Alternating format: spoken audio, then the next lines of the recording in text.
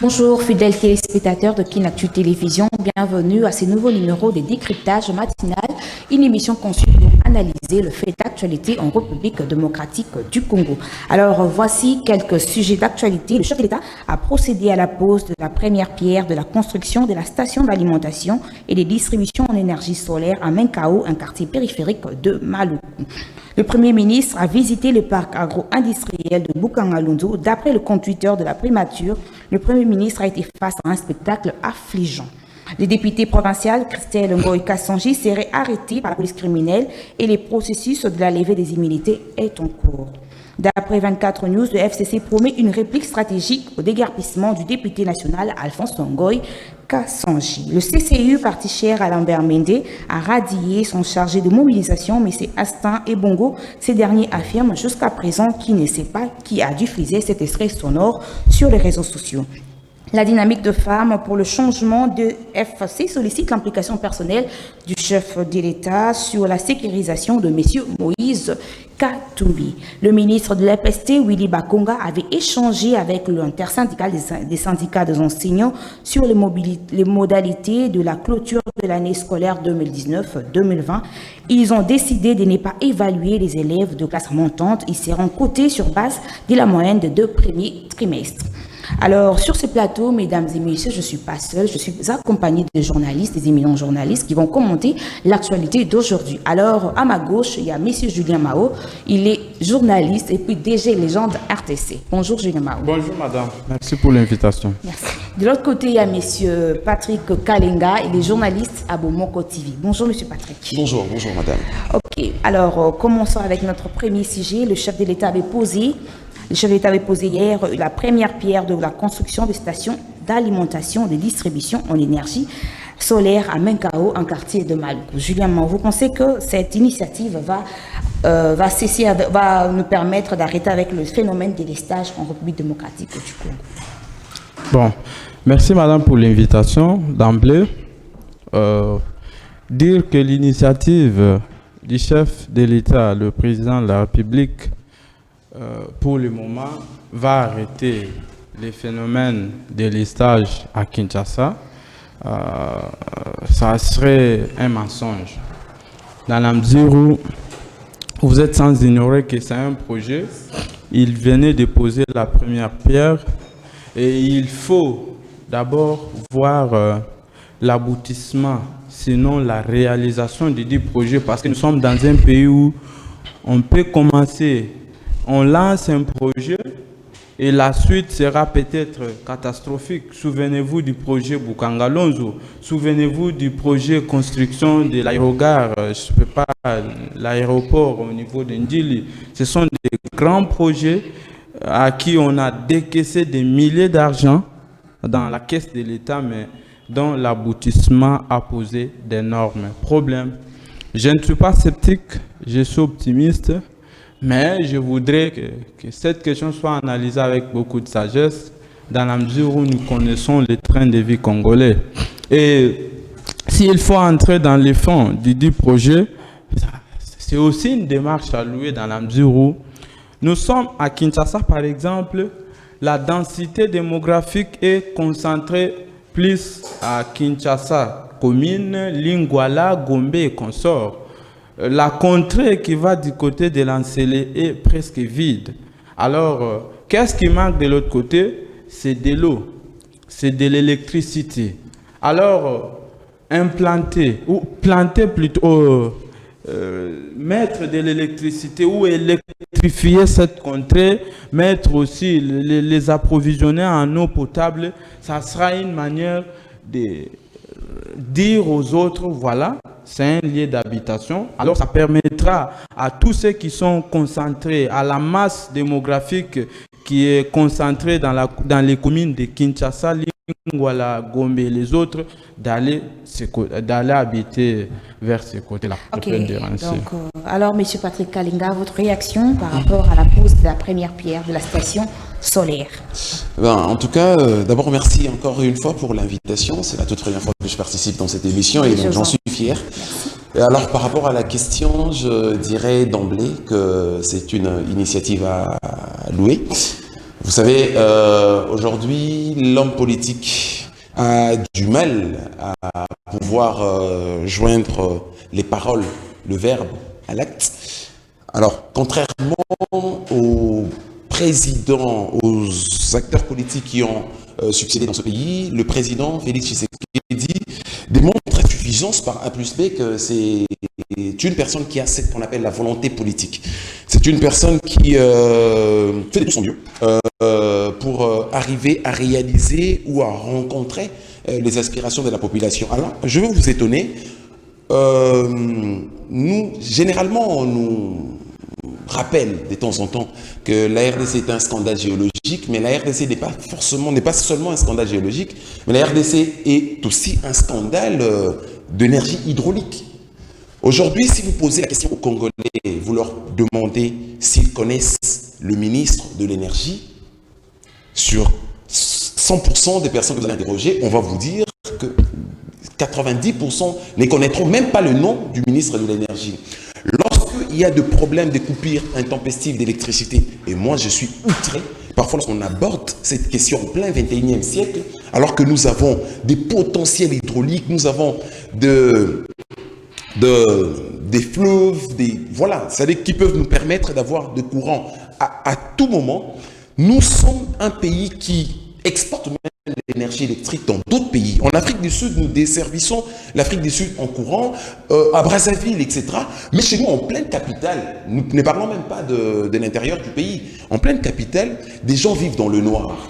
Les expatriés qui viennent en République démocratique du Congo, à Kinshasa particulièrement dans la capitale, lorsque vous descendez à l'aéroport, vous commencez à longer le boulevard Lumumba, vous allez voir, c'est comme si vous vous trouvez dans un trou noir. C'est-à-dire qu'il y a un problème de courant.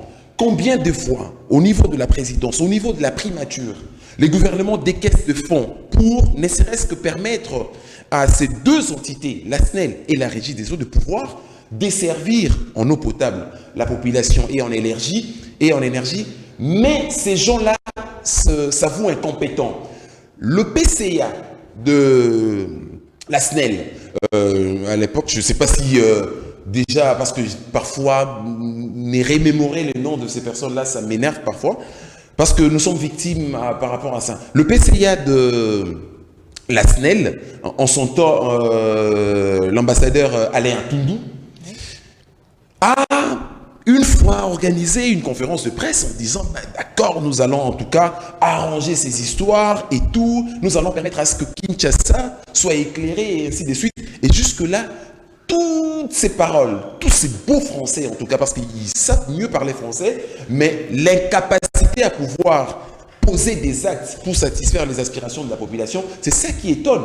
Aujourd'hui, si le président hier a posé la première pierre, c'est tout simplement pour vous dire que la volonté politique, il y en a. Mais maintenant, est-ce que lorsque le président est allé poser cette première pierre, le premier ministre était là? Le premier ministre n'était pas là. C'était un absent, un absentéiste dans toutes les actions qui doivent concourir à la réalisation des aspirations de la population. Aujourd'hui, on a besoin des gens mais il ne faut pas oublier quand même que le Premier ministre était allé à Bukangalou. Ça aussi un rapport avec la... Je crois que ça fait partie des sujets que nous allons aborder. Oui. Ça fait partie des sujets que nous allons aborder. Au moment opportun, je vais aborder cette question. Mais là, nous en sommes au point de la pose de la première pierre pour l'énergie au niveau des méga. L'énergie solaire. L'énergie solaire au niveau des méga. Vous savez, il y a une jeune dame congolaise qui a évolué aux États-Unis et qui a vraiment étudié et qui a une expertise par rapport à ça. Elle a été d'ailleurs nommée tout récemment par rapport aux dernières ordonnances du président de la République.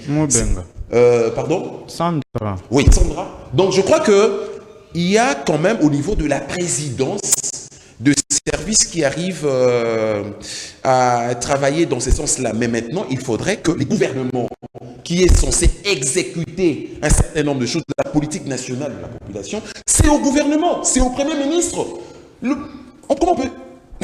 Comment on peut aller suivre de croque-mort alors qu'il y a des idées, des initiatives? D'ailleurs, mon co-débatteur a dit que c'était une initiative louable.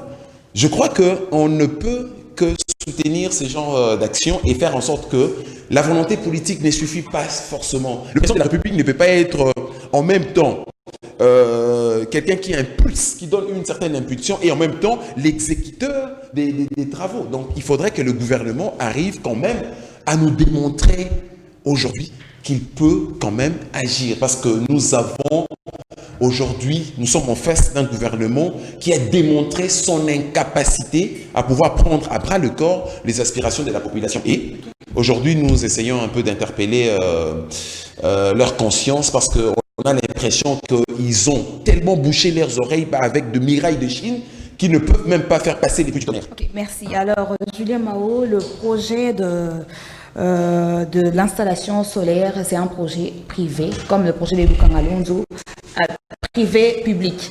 Donc, une part d'une société américaine qui est venue, et de l'autre part, l'État congolais en association avec la SNEL. Alors, vous pensez que ces projets va-t-elle aboutir?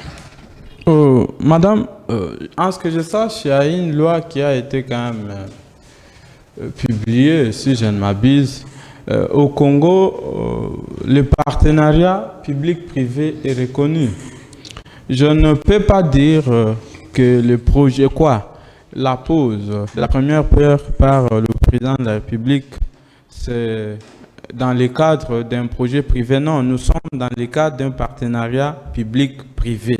Oui. Et dans beaucoup de domaines, on en a démontré. Ce n'est pas seulement dans les domaines de l'électricité, il y a bien des domaines où le partenariat public-privé tient.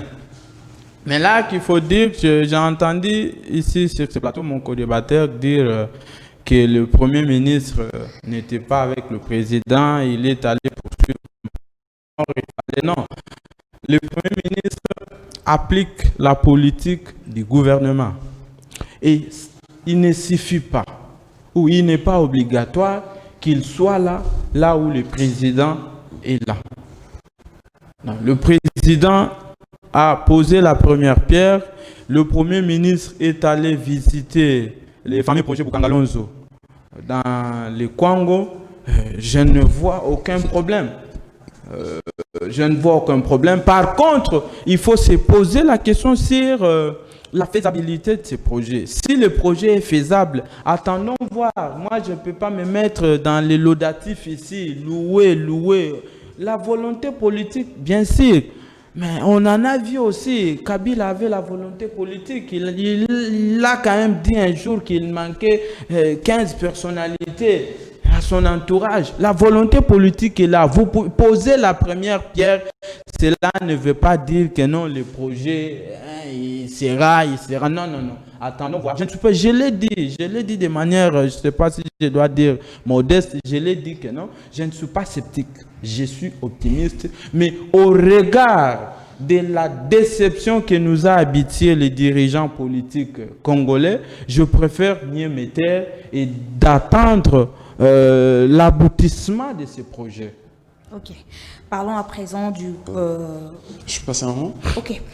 Juste pour placer un mot, vous savez, il y a un adage qui dit celui qui a mal compris peut son péché mal raisonné. Le président de la République, nous l'avons dit, que c'est la pose d'une première pierre. De la première pierre, on ne peut pas aujourd'hui pérorer en disant que ça va se réaliser, etc. Nous disons, déjà la volonté politique c'est une bonne chose. Alors, vous avez d'ailleurs martelé et précisé en disant que c'est un partenariat public-privé. C'est-à-dire qu'il y a des privés qui sont dans le projet, mais il y a aussi les gouvernements qui se trouvent être dans le projet. C'est-à-dire que le président de la République vient, pose la première pierre. Ça, c'est quelque chose c'est une formalité. OK? Mais l'exécution de ce projet dépend du gouvernement. Or, nous avons un gouvernement qui est géré par le Premier ministre, qui se trouve être le PP Ilunga Kamba. Et donc, nous restons un peu dubitatifs par rapport à sa capacité à pouvoir prendre... Ça, c'est déjà un procès d'intention. C'est déjà un procès d'intention, s'il vous plaît. Je vous rappelle, c'est un procès d'intention dans la mesure où le Premier ministre, si nous devons être honnêtes, permettez-moi de prendre la parole. Parce que le plateau n'est pas équilibré, je ne peux pas vous laisser. Vous avez eu 2 temps de parole, je ne peux pas vous laisser parce que vous ne pouvez pas traiter quelqu'un de pépé. C'est un procès d'intention. Oui, c'est par rapport à l'homme. Attends, c'est pas... Mais par rapport à son âge n'a aucun problème ici. Okay. Nous parlons des choses sérieuses, madame. Ce projet-là, ce n'est pas un projet du président Félix Tshisekedi. Ce n'est pas un projet de la coalition Cap pour les changements, c'est un projet de la République. Le Premier ministre n'était pas censé, il n'était pas obligé d'y être. Alors, il faut attendre. C'est bon, son absence, l'absence du Premier ministre lors de la pose de la première pierre ne veut pas dire que non, il ne va pas exécuter ou il ne va pas œuvrer à l'exécution de ce projet-là. Moi, je pense que c'est un projet, c'est un projet d'intention. Nous devons évoluer à autre chose. Je crois que pardon, je vais être bref, en tout cas. Je crois que mon débatteur a semblé prendre la parole pour me contredire, mais dans le fond, il ne m'a pas contredit. Il me contredit en disant que comment vous pouvez sur un plateau dire Pépé. Donc, l'ami, mon co-débatteur, ne comprend pas que Pépé, c'est une étiquette amicale qu'on appelle des gens en âge avancé. Et donc, du coup, s'il vous plaît, il ne sera pas à mesure, vu son âge. Mais c'est ça, on a fait la somme. On peut respecter aussi le temps de parole. Je crois que appliquer à vous-même ce que vous voulez que les autres appliquent à vous. Lorsque vous parlez, je vous suis religieusement. Je voudrais que vous soyez pondéré et que vous m'écoutiez aussi attentivement. Donc, j'étais en train de dire que parce qu'il ne faut pas dédouaner le gouvernement. C'est les gouvernements qui exécutent les choses. Le président de la République ne va pas exécuter le projet. Le projet sera exécuté par le gouvernement, par le Premier ministre qui est le premier deux ministres du gouvernement. Donc, nous appelons simplement le Premier ministre à pouvoir prendre à bras le corps ce projet et l'exécuter. C'est tout simplement ce que je voulais dire, mon cher. Mais quand même, là, je vais aller dans le sens où le projet, c'était juste la pose de la première pierre. Donc, on doit attendre et puis voir ce qui va se passer. Effectivement. Alors, parlons maintenant de la visite du Premier ministre au parc agro-industriel Bukanga-Lunzu. D'après le compte Twitter, d'après ce que je lis, le Premier ministre s'est interrogé face à ce qu'il a vu. Il a dit, qu'est-ce qui n'a pas manqué? Qu'est-ce qui n'a pas marché? Le ministre de l'Agriculture l'a dit, c'est le manque d'amour du pays. Alors, est-ce que le projet Bukanga-Lunzu n'a pas marché parce qu'il n'y a pas eu amour du pays? Julien Mao. Madame, merci quand même pour la question. Je voudrais dire, je pense que je l'ai dit tantôt sur ce plateau la fois dernière, il fallait que je revienne encore sur un sujet, éclairer la lanterne publique. Dans le projet Bukanga-Lunzu, d'abord, il y a eu médiation. Ça, il faut l'avouer. Parce que tout au début, nous connaissons les tenants et les aboutissants du projet. Mais lorsqu'on a commencé avec l'avènement de l'état de droit, prôné par le nouveau président, c'est dans les réseaux sociaux que les débats commencent. On a lancé, on a commencé, on a alerté sur peut-être comment mener des enquêtes sur le projet Bukanga-Lunzu. C'est à ce moment-là qu'on a senti le Premier ministre être agité. Premièrement, je l'ai dit tantôt sur ce plateau, le Premier ministre avait dit qu'il n'avait fait aucun mal et que si le projet n'avait pas bien abouti, la faute incombait au ministre sectoriel. L'ancien Premier ministre, Matata Ponyo, justement. Et avec l'évolution du débat, l'évolution de l'actualité, maintenant, il dédouane les ministres sectoriels pour charger l'entreprise sud-africaine qui était censée mener à bien le projet. Et moi, je me suis posé la question, comment est-ce que vous pouvez responsabiliser une entreprise privée, une entreprise d'un autre pays, dès lors que c'est vous qui étiez aux manettes? Ça, il faut s'interroger. Et par la suite, le Premier ministre a multiplié des sorties médiatiques. Tout cela, j'ai senti qu'il veut se laver. Mais il veut se laver, Tamien. C'est quelqu'un pour qui j'ai beaucoup d'estime. Mais l'ancien Premier ministre, je parle de Matata Ponyo, qui voulait se laver dans ce projet. Alors, la visite du nouveau Premier ministre, Sylvestre Ilunga et sa déclaration, ce n'est que normal, madame. Il y a des engins qui sont sortis. C'est l'argent de la République. On a dépensé beaucoup de millions de dollars. Et rien n'est fait. On avait juste vu la première récolte Et il fallait s'interroger sur ces produits-là. Non, moi je suis parmi les gens qui avaient bouffé aussi ces maniocs-là. Je me souviens avec mon collègue à l'époque, on était en LD comme des histoires comme ça, lors de Bukangalonzo. La farine de Bukangalonzo n'était pas vraiment, n'était pas très bien fabriquée. Lorsque vous préparez les foufous, comme les Lingala disent, et bandaki koteba, foufou ya Bukangalonzo, et bandaki koteba. Et dire aujourd'hui, j'ai entendu aussi les ministres dire que non, il faut identifier les erreurs et pouvoir relancer le projet Bukangalonzo. Là, moi, je dis non. Vous êtes contre? Non, je suis contre quoi? La relance du projet Bukangalonzo. Dans la mesure où, moi, je préfère que l'argent qui peut être alloué au projet Bukangalonzo devrait être alloué dans les centres, c'est dans les services nationaux. Vous savez, les services nationaux, par exemple, à Kanyamakasese, où il y a le général Kabouik. Le général Kabouik qui fait un énorme travail. Il y a plus de 5000 hectares, on a produit le maïs. Julien Mao, l'État ne peut pas quand même abandonner tout cet argent. Non, moi je dis ceci. À la place de relancer le projet Bukangalonzo, je préfère ceci. Prendre tous ces engins-là. Alors l'espace. Écoutez, s'il vous plaît, madame. Prendre tous ces engins-là, les allouer au service national. Soit cet espace-là de Bukangalonzo, créer un centre du service national, parce que le service national ne peut pas évoluer qu'à Kanyamakasese. Il n'y a pas une bonne forêt qu'à Kanyamakasese. La forêt, c'est aussi dans le Congo, c'est dans l'Équateur. Moi, je préfère, je conseille au gouvernement de multiplier différents centres du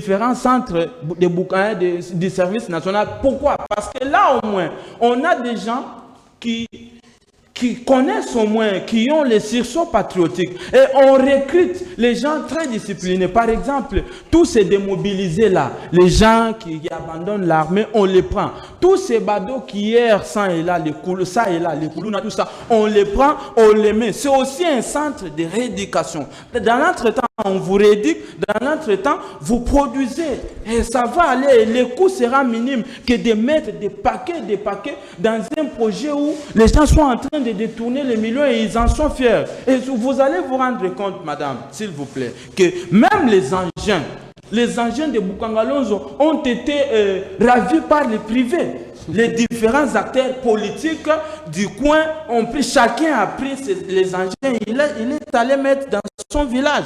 C'est aussi le cas, même à Kanyamakasese, c'est là où il y a les projets, là où il y a les services nationaux, là où les services nationaux œuvrent. Mais le général qui dirige les services nationaux, là, il a un problème avec l'ancien, j'étais son nom, il est maintenant ministre, l'ancien ministre de l'Agriculture.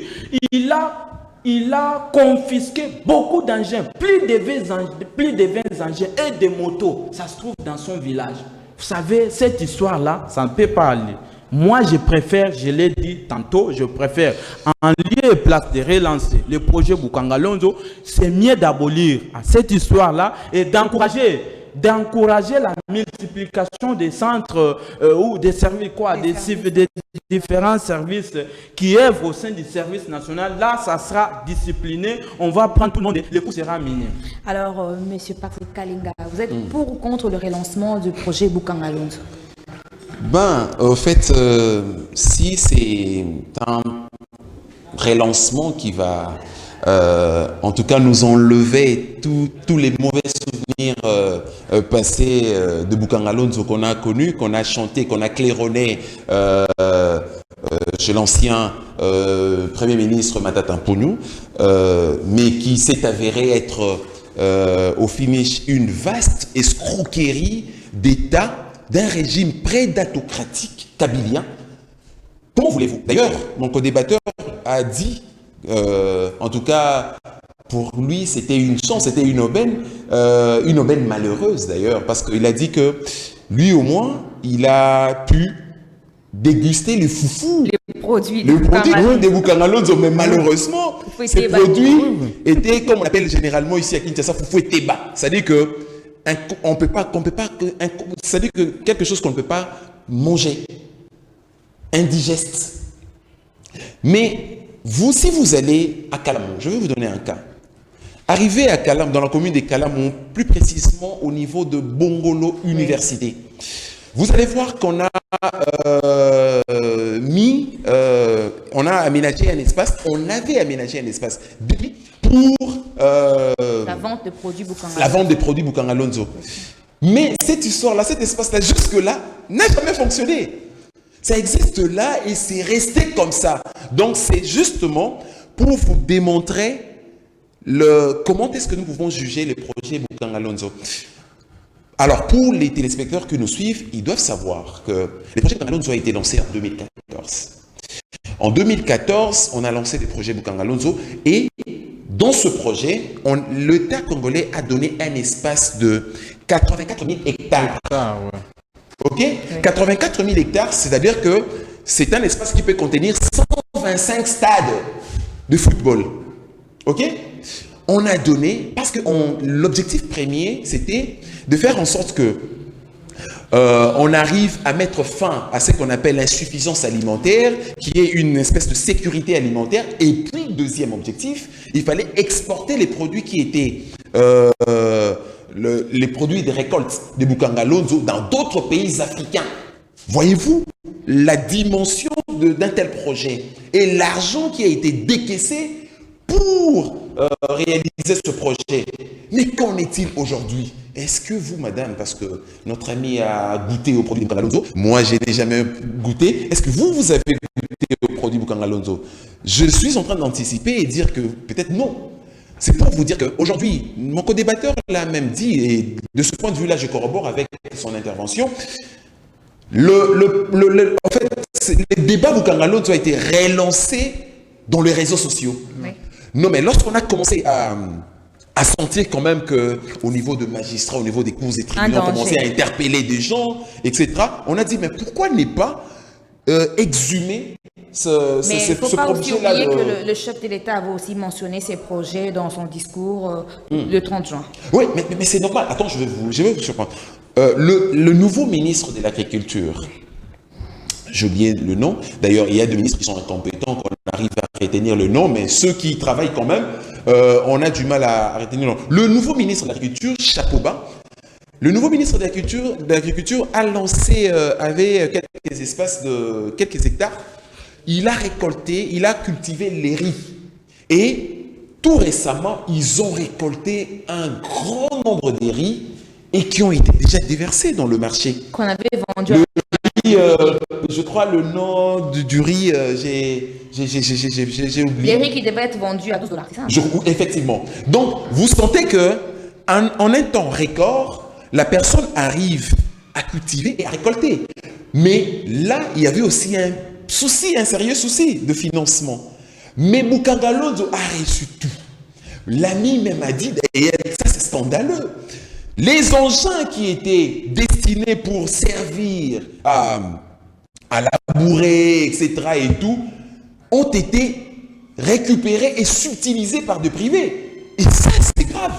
Moi, je crois qu'avant de relancer un tel projet, un projet de triste mémoire, un projet où des politiques charognards ont voulu sucer dans le trésor public pour rendre encore le pays vulnérable, je crois que ces gens-là on doit d'abord identifier les auteurs de cette vaste escroquerie. Le projet Bukanga Lonzo, relancé, d'accord. Moi, je crois que, d'ailleurs, relancer, ça ne peut pas faire objet d'actualité. Comme l'ami l'a dit, on peut voir si on peut externaliser ou étendre le service national et tout au niveau des espaces, parce que c'est vraiment un grand espace. Donc, je crois que la moindre des choses serait d'abord d'interpeller ces gens-là et de les arrêter et prendre l'argent qui a été décaissé et pour servir à d'autres choses. Ok. Alors, Julien Mao, vous êtes aussi d'accord qu'on doit d'abord auditer avant de relancer. Donc, vous êtes contre le relancement, mais quand même avec l'audit. Madame, moi, vous venez de faire allusion au discours du président de la République. Le président de la République, en mentionnant le projet Bukanga Lonzo, ce n'était pas dans l'optique de la relance, non. C'était plutôt dans l'optique des enquêtes. Oui. Il fallait mener quand même une certaine enquête, madame. Parce que c'est un projet-là, c'était un fiasco de la République. Ce projet a prouvé l'impuissance de l'appareil public. l'impuissance de l'appareil public. Parce que je ne peux pas comprendre qu'on a décaissé autant de fonds pour acheter des engins et que ces engins ont été récupérés, confisqués par le privé.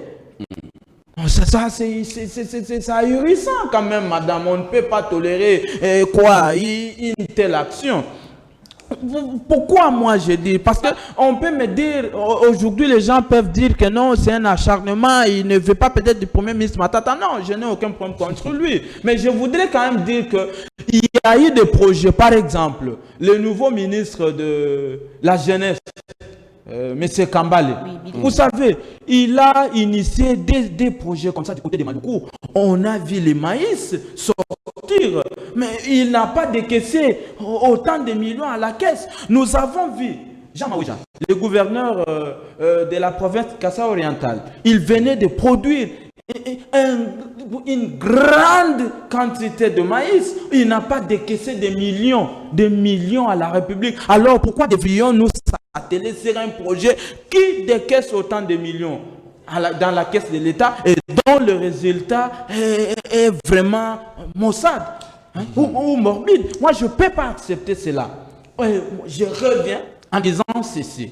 Nous avons vu l'initiative du ministre de la Jeunesse, Billy Kambale. Nous avons vu ce qu'a fait Jean Maouja Mboujumaï. Nous avons vu ce que M. Kabouik, le général, fait à Kanyamakasese. Les populations, les différentes populations congolaises, surtout les populations de l'espace Grand Kassai, de l'espace Grand Katanga, pleurnichent.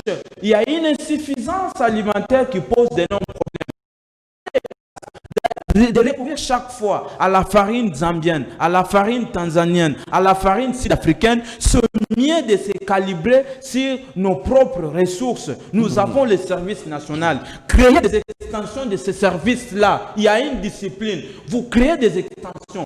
Vous nommez les DG, un général par exemple, qui récupère les différents déserteurs. On prend tous les badauds, les koulounes, on les met là-bas. Ils vont produire et il y aura des résultats. Et ça, le général Kabouik l'a prouvé.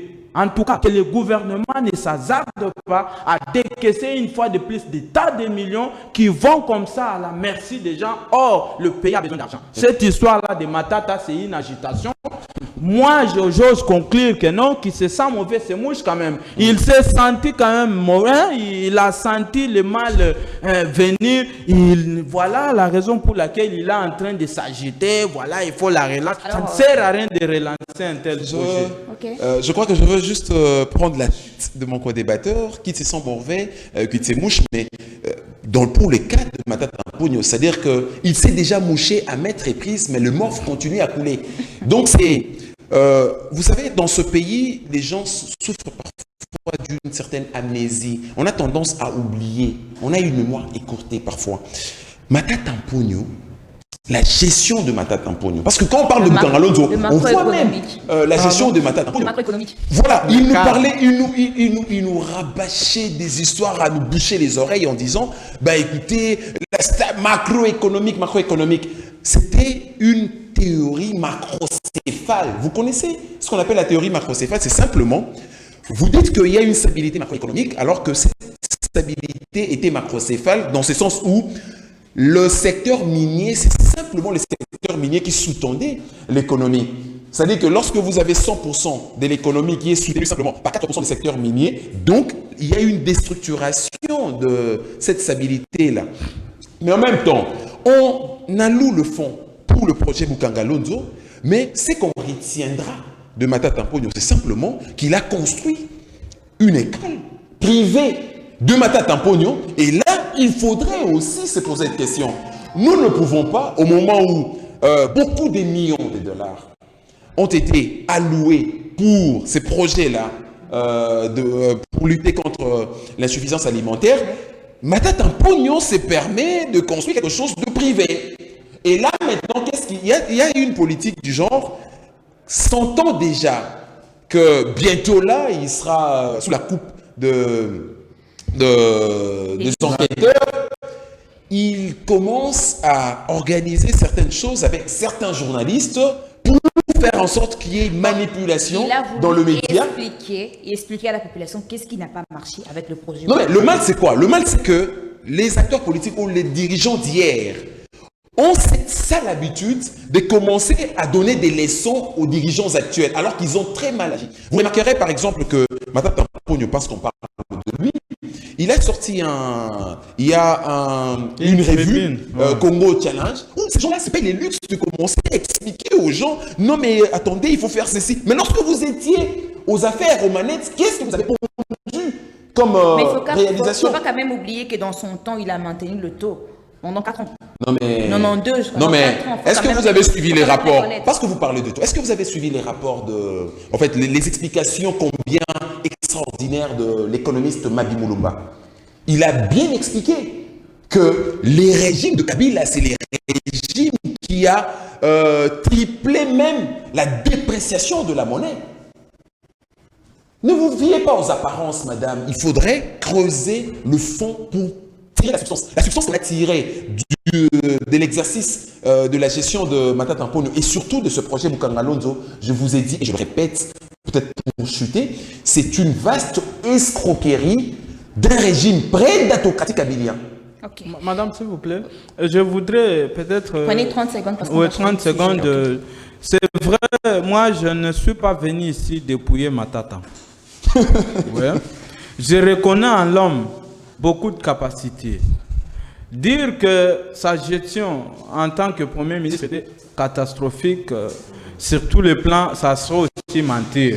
Il a quand même réussi à faire un bon nombre de choses, des choses très positives. La bancarisation. Mais quand même, non mais attention, la bancarisation c'était aussi une vaste escroquerie. Il y a beaucoup de résultats positifs auxquels on attache au dos de Matata, mais il faut que l'opinion sache que Matata n'est pas un homme providentiel, comme il s'est fait passer, parce qu'il a aussi prouvé beaucoup d'insuffisance. C'est ce que je voudrais dire. Ok. Alors, parlons maintenant du déguerpissement du député national Alphonse Ngoï Kassanji. D'après un média que je lis, 24 News, je cite, ils disent que le FCC promet de répliquer stratégiquement au déguerpissement du député national Alphonse Ngoï Kassanji. Est-ce que le FCC a droit d'intervenir à une décision judiciaire? Bon, madame, cet article-là du média que vous venez d'évoquer, je ne l'ai pas lu. Je ne suis pas sûr que le FCC peut s'hasarder. Ils ont dit, d'après le média que je lis, ils ont dit qu'après le déguerpissement de l'ancien gouverneur du Kassai oriental, le FCC s'est réuni. Ils se sont réunis, ils ont regardé l'affaire, ils ont dit que c'est une humiliation parce qu'on ne peut pas déguerpir un député national de cette façon. Vous savez, s'il vous plaît, au sein du FCC... Le média signale aussi que c'est un de cadres qui a participé à cette rencontre qui a livré l'information. S'il vous plaît, il faut connaître que le Front commun pour le Congo, c'est quand même une coalition politique très organisée, qui a des érudits. Il y a des érudits au sein de cette coalition et il y a les personnes autorisées. Et le FCC, en ce que je sache, récemment, il y a une politique de communication mise en place par le FCC. Le FCC agit actuellement, notamment à travers les communiqués. Je n'ai vu aucun communiqué du FCC abordant ce sens-là, à moins que vous me prouviez le contraire. Parce que méfiez-vous aujourd'hui des réseaux sociaux. Il y a beaucoup de désinfox qui sillonnent les réseaux sociaux. Il ne faut pas vous fier à ça. Plutôt, il faut vous poser la question sur le fond du problème. Madame Christelle, la députée, il est vrai qu'elle a insulté, moi j'ai l'audio, j'ai la vidéo. Elle a insulté la première dame. Je comprends, la dame était émotive. C'était sous une émotion parce que son père a été humilié. Parce que les jours du déguerpissement, elle n'était pas sur les lieux. Mais être émotif, étant sous émotion, ne vous donne pas le crédit d'insulter. Et surtout la personnalité. C'est la première dame de la République. C'est le président de la République. La première institution du pays. J'ai suivi même la déclaration de son propre père Alphonse Ngoïka Sanji, pour qui j'ai beaucoup de respect, il a dit ne pas soutenir la position de sa fille parce que sa fille a insulté. Alphonse l'a dit, je ne soutiens pas sa position parce que moi, je ne supporte pas des insultes. Alors, je ne vois pas aussi les Front commun pour le Congo aborder ce sens-là. Si Ngoïka Sanji, qui était en conflit avec M. Gabriel Mokia, mais ce n'est pas une affaire qui date d'aujourd'hui, c'est une affaire qui date de longtemps. Il semblerait que M. Mokia avait acheté la dite villa. Et lors de l'avènement de l'AFDEL, en 1999 plutôt, excusez-moi, en 1999, la dite villa a été achetée régulièrement. C'est ce que M. Ngoïka Sanji dit. Ngoïka Sanji l'a acheté régulièrement. Mais le procès n'a pas commencé aujourd'hui. Dans le procès-là, il y a même, on cite le nom de M. Dunia Doumalégui, qui était l'ancien ministre, c'est l'ancien ministre de Kabila. Ce n'est pas le nouveau ministre, ce n'est pas ni l'affaire du ministre de l'Intérieur.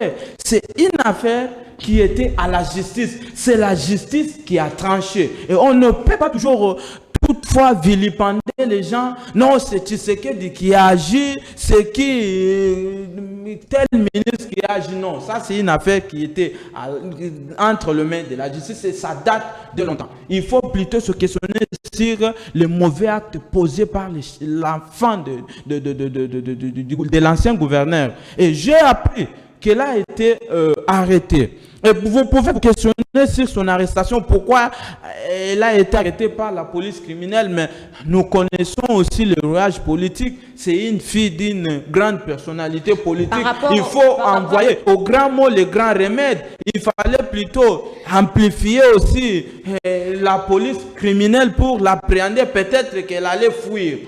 Parce que là, à ce qu'elle disait, elle a dit que vous ne pouvez pas me faire peur, je dors avec des armes. Peut-être oui, mais même la police criminelle est dans... Vous le dites vous-même, madame. Ça, n'oubliez pas, Alphonse Ngoïka Sanji, c'est quand même, avant d'être gouverneur, c'est un grand commerçant. Il connaît beaucoup de choses. Et dire si ce que vous dites là est bien le propos de sa fille, on comprend pourquoi on a envoyé la police criminelle en lieu et place des juges. Et ça, c'est conventif. Elle était députée provinciale. Et ça, elle sera poursuivie. Ça sera là. Elle a été arrêtée en flagrance. Elle a insulté. On n'a même pas besoin de parler de ses humilités parce qu'elle doit être exemplaire, un député. Être fille d'Ngoïka Sanji, être député provincial ne vous donne pas l'aura, sinon l'amabilité d'insulter les gens. Même si c'était un fou, vous ne pouvez pas insulter un fou. Okay. Il faut aussi avoir la probité morale. Okay. C'est vraiment une démarche à condamner. Nous condamnons cela. S'il faut qu'elle purge de ses actes, en tout cas, il faut qu'elle soit capable de le faire. Et qu'il faut qu'elle soit honnête parce qu'elle sait s'excuser. Moi, je ne vois pas ces excuses-là sincères parce que la dame a été arrogante. Si. Elle a été très arrogante parce qu'il ne fallait pas qu'elle se comporte comme ça. C'est quand même la première dame. Qu'est-ce que Denise a à faire dans cette affaire ici? Je ne fais pas la défense de Denise. Qu'est-ce que Denise a à faire? Qu'est-ce que Tshisekedi a à faire? Qu'est-ce que Kabila a à faire? Parce que les gens vont dire ici que non, ce sont les gens de Kabila, non. Comme mais vous le dites déjà que non. Je parle avec Maman Olive. Non, non, ça c'est de l'influence.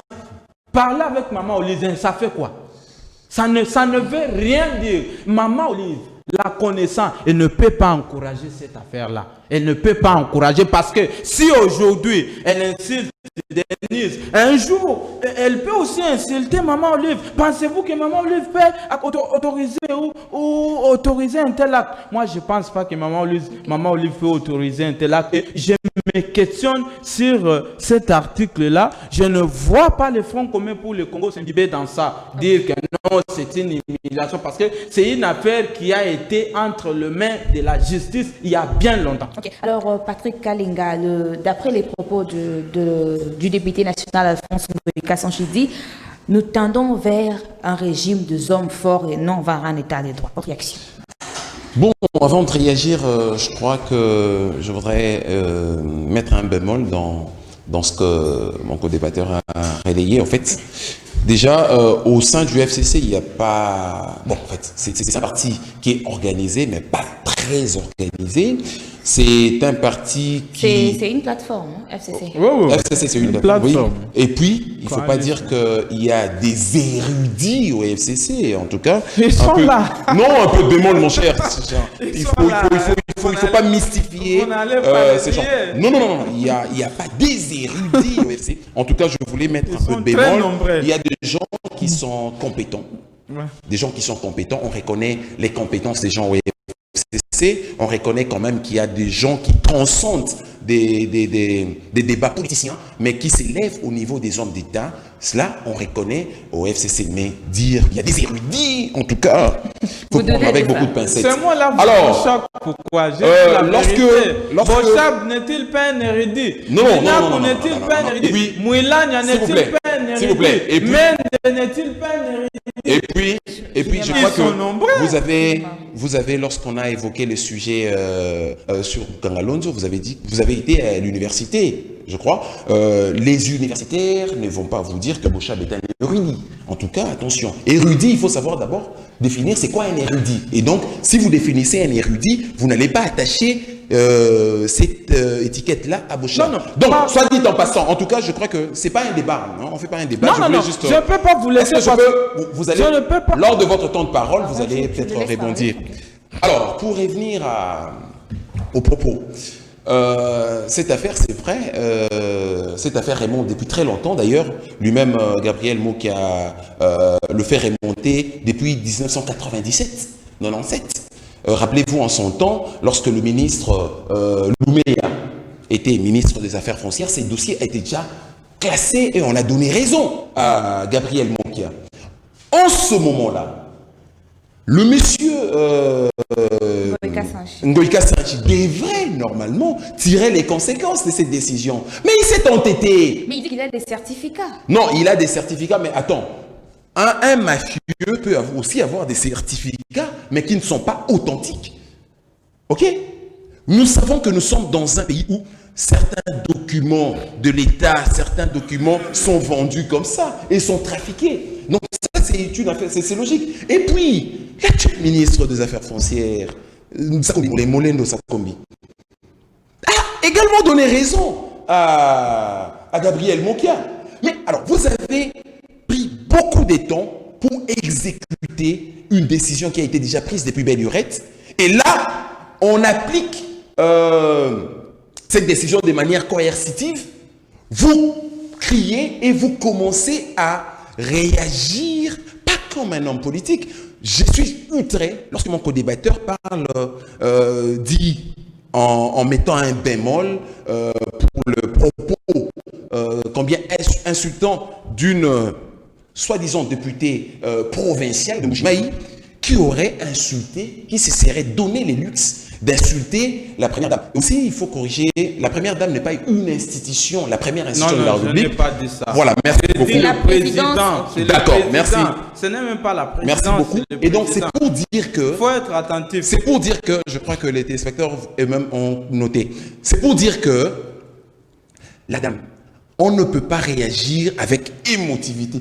Lorsque vous dites que, non, mais elle a réagi avec émotion, bon, non. Lorsque vous êtes déjà à ce rang-là, des députés, vous êtes honorable. L'honorabilité vous astreint à une certaine manière. C'est-à-dire que ça, c'est tout simplement la conséquence d'une très mauvaise éducation. Pourquoi je dis ça? L'éducation commence à l'école. Alors, pour connaître ou pour juger la personne, il faut se départir de faits et juger la source. J'ai essayé un peu de voir où est-ce qu'elle a étudié. Mais l'éducation commence quand même à la famille. Non, mais à la famille, justement. Mais attends, je ne veux pas dire que la famille a fait, les parents n'ont pas fait ceci. Non. Je ne veux pas tomber plus bas qu'éther. Mais je veux simplement à l'école, la plupart des gens qui ont fréquenté la dame donnent des commentaires ou donnent des avis sur le comportement de la dame. C'est un comportement qui est déjà notoire, qui est connu. Et donc, maintenant vous remarquerez même l'acte de mea culpa qu'elle a voulu faire pour présenter des excuses auprès de la première dame n'a pas été un acte, à mon avis, un acte qui a été volontaire et sincère. On a tout le monde, tout le monde dit que ça a été quelque chose qui a été élaboré. On a écrit et elle avait du mal même. On sent qu'il y avait un décalage entre ce qu'elle disait et ce qui transparaissait sur son visage. Mais qu'à cela ne tienne, nous ne sommes pas dans une église, nous sommes dans un État. Un État, des hommes d'État ou des femmes d'État doivent éduquer aussi les gens. C'est-à-dire que lorsque vous brillez dans ce qu'on appelle des incartades de langage, il faudrait que la loi s'en saisisse et vous punisse. Et ce qui a été fait, elle a été arrêtée et ça c'est une bonne chose. Ça va servir des leçons à toutes ces personnes qui s'évertuent à insulter gratuitement des gens, à comprendre que effectivement, si vous insultez, c'est pas intéressant. Et d'ailleurs, le grief qui est reproché, c'est offense au chef de l'État. C'est-à-dire qu'elle a vraiment outrepassé les bornes et de ce point de vue-là, d'ailleurs, il y a un tweet qui est payé, ce qui en appelle à la première dame de pouvoir mettre un peu d'eau dans le vin pour essayer un peu d'excuser peut-être cet acte. Mais je crois qu'on peut excuser, c'est bien, mais ce n'est pas à la première dame de pouvoir se substituer à la justice. La justice doit faire son travail. C'est un cas de flagrance, on l'a arrêté. Et Ngoï Ka-Sange aujourd'hui, lorsqu'il dit que, après avoir demandé aussi des excuses et faire des audios pour supplier qu'on essaie un peu de pardonner à sa fille, il continue à dire par exemple que nous sommes dans un état... Non, ça il a dit le jour où il a été déguerpi de la maison. Oui. C'est la déclaration qu'il a faite à la presse. Il dit que nous sommes en train d'aller vers un état de hommes forts et non vers un état de... Heureusement que c'était a priori, mais a posteriori, il a présenté des excuses. Il a reconnu que c'était une action indigne de sa fille et donc c'est tout à fait logique qu'elle soit arrêtée. Donc on doit arrêter dans ce pays. Vous savez, nous sommes dans un état de droit. Chacun doit jouir de sa liberté d'expression, mais une liberté d'expression qui ne doit pas devenir liberticide, c'est-à-dire qui tue la liberté elle-même. Donc les gens doivent aussi, dans une certaine mesure, arriver à ne pas agir avec émotion, à être toujours pondéré, à analyser la chose. Et vous allez remarquer, d'ailleurs mon co-débatteur l'a dit, que qui vient faire la première dame dans cette affaire? Qui vient faire le président de la République dans cette affaire? Qui vient faire l'ancien président de la République dans cette affaire? C'est-à-dire que ni Joseph Kabila, ni Félix Tshisekedi, ni Denis Nyakeru ne sont mêlés dans cette affaire. L'affaire remonte depuis très longtemps et c'est un raccordement fraudulé et indigeste qu'est d'associer la première dame. Et parce qu'on est une femme, on se dit, ben d'accord, moi aussi je vais devenir la première dame. Qui est le mari qui va te prendre? Parce que vous dites des histoires comme ça. Qui est le mari qui peut te prendre? On ne sait jamais. L'avenir nous réserve beaucoup de choses. Alors, une surprise désagréable quant à ça. Je ne pense même pas que mon co-débatteur va... Non, même pas. Seuls les imbéciles ne changent pas. Alors, on peut changer quelqu'un. Merci. Julien Mao, alors parlons maintenant. Nous sommes arrivés à la fin. Jetons un œil par rapport au réaménagement, que le chef de l'État va opérer au sein du comité de suivi du FCC caché. Emmanuel Ramazan Chadari, Jean-Marc Kabound, Augustin Kabouya écartés. Bon. Avant d'en arriver là, je voudrais quand même préciser un propos qui ne m'a pas plu, un propos tenu par mon co-débatteur. Vous savez, madame, nous avons, moi ça c'est d'après moi, je suis chrétien, en plus, j'ai quand même bénéficié d'une très bonne éducation, normalement aussi d'une bonne formation. On nous a appris en journalisme l'honnêteté, on nous a appris l'objectivité. On nous a appris la rationalité, la ratio, la raison. Je reviens ici pour dire, j'ai entendu mon co-débatteur pour qui j'ai beaucoup de respect dire que non, il n'y a pas des érudits au Front commun pour le Congo et dire que Bochab n'est pas un érudit, s'il vous plaît. Par définition, même dans les dictionnaires français, les Larousse définit le mot érudit comme quelqu'un qui possède une grande connaissance dans un domaine de la vie. Chose qui n'est pas le cas. S'il vous plaît, Bochab, vous allez me dire que Bochab, c'est parmi les premiers constitutionnalistes de ce pays ici. Il a une énorme connaissance dans les droits constitutionnels. Donc ça, même sans le soutenir, là, vous n'allez pas le nier. Est-ce que vous allez nier la capacité de Mende dans ce pays ici. Mende, c'est un homme qui a l'argumentaire facile. C'est quelqu'un qui... Vous les savez, Français, ce n'est pas de grandes connaissances. Non. Parler français n'est pas avoir de grandes connaissances. Je vous rappelle que Mende a fait d'abord à l'université. Vous parlez de constitutionnalisme, vous citez Bochap, il a fait l'argumentation. Mende a fait l'argumentation et la criminologie. Je ne défends pas Mende, peut-être que tu ne sais pas. Et parmi les constitutionnalistes de ce pays, tu ne peux pas citer des constitutionnalistes de la RDC sans Bochap. Sérieux? Je vous l'ai dit, clairement. Vous allez citer. Bochap, c'est quelqu'un qui a été même retenu à l'ILB. On ne peut pas retenir quelqu'un, on ne peut pas vous retenir. Enseignant à l'université libre de Bruxelles sans toutefois être érudit. Non, ça, vous êtes de la mauvaise foi carrément. Vous êtes de la mauvaise foi, je l'ai dit, que le public acte. Parce que vous venez ça vous parler pour vous faire des sentiments ou comment? Je sens que M. Bochap... Non, je ne défends pas. Mais parce que vous avez touché à l'intouchable. On peut... Alors, oui. Comment ça, un intouchable? À l'intouchable, comment? On peut tout reprocher à Bochap. Il était dans la mégestion. C'est pas le sujet. Mais c'est un érudit. Bochap, je le dirai jamais assez. Bochap, c'est un érudit. C'est comme Mende, c'est comme des Minakou, tout ça. Mais quand même, sur le plan politique, ils sont des piètres. Ça, je le reconnais. Sur le plan politique, ils sont piètres. Mais ils ont une grande connaissance. Alors, pour revenir, je voudrais revenir ici au feuilleton relance de la coalition, des dirigeants de la coalition, tout ça. J'ai vu aussi sur les réseaux sociaux, cela a été confirmé. J'ai vu Kabouya et Kabound du côté des Cash être mis de côté. J'ai vu aussi Emmanuel Ramadan Shadari être mis aussi de côté. Il y a des nouvelles personnalités qui sont entrées dans la scène. Mais dans l'entretemps, il faut aussi noter qu'on a mis de côté tous les représentants de l'INC qui faisaient partie de la composition. Ils ont été mis de côté. Bon, c'est la volonté du chef de l'État. Lorsque le boss décide, on ne peut que s'incliner. Parce que nous sommes dans un contexte politique très agité. Ça ne sert à rien d'allumer tout le temps le feu. Vous savez, on a toujours dit, lorsque Sabarde, les jours où Sabarde est connu, mais les jours où ça prendra fin, ce jour-là n'est pas connu. La guerre commence, on sait que la guerre a commencé jeudi 20 août par exemple. Mais les jours où la guerre va finir, on ne sait jamais. Ce n'est pas pour dire qu'aucun des camps a déclaré la guerre, non. Dans un cas, nous savons que nous sommes dans une coalition. Nous savons comment le pouvoir a été pris par le président Félix Tshisekedi. Il est soutenu par les gens. Et au sein de cette coalition, il faut quand même réussir à mettre de côté tous les radicaux. Ça, c'est vraiment une démarche à encourager. Qui ne sait pas que Kabound est radical? Qui ne sait pas que Kabou est radical? Qui ne sait pas que Chadar... s'en réjouit. Il dit qu'il a toujours été contre ces comités.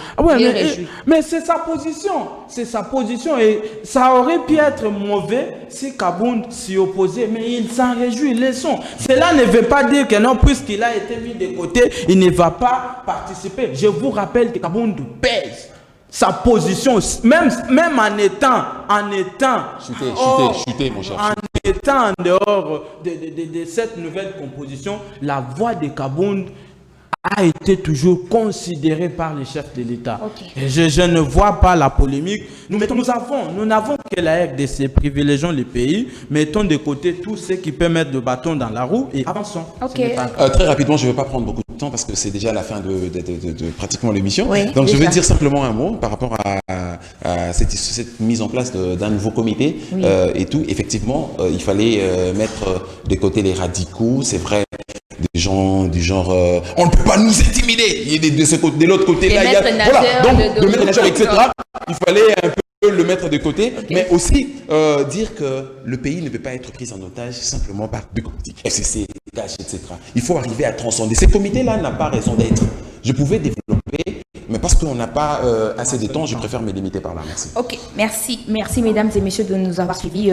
Aujourd'hui, c'était le 20 août. J'avais reçu pour vous Monsieur Julien Mao, journaliste puis DG légendaire RDC, DG. J'insiste, DG. Voilà. De l'autre côté, il y a monsieur Patrick Kalinga, il est journaliste de Bomoko TV. Merci d'avoir répondu à mon invitation. Merci beaucoup. Mesdames et messieurs, vous pouvez suivre la rediffusion de cette émission aujourd'hui à 22h sur Kinactu Télévision. Merci à la participation technique de Taliko Tombissa et de Light Moutonge. Moi, c'est Déborah Kabinyama. On se retrouve prochainement.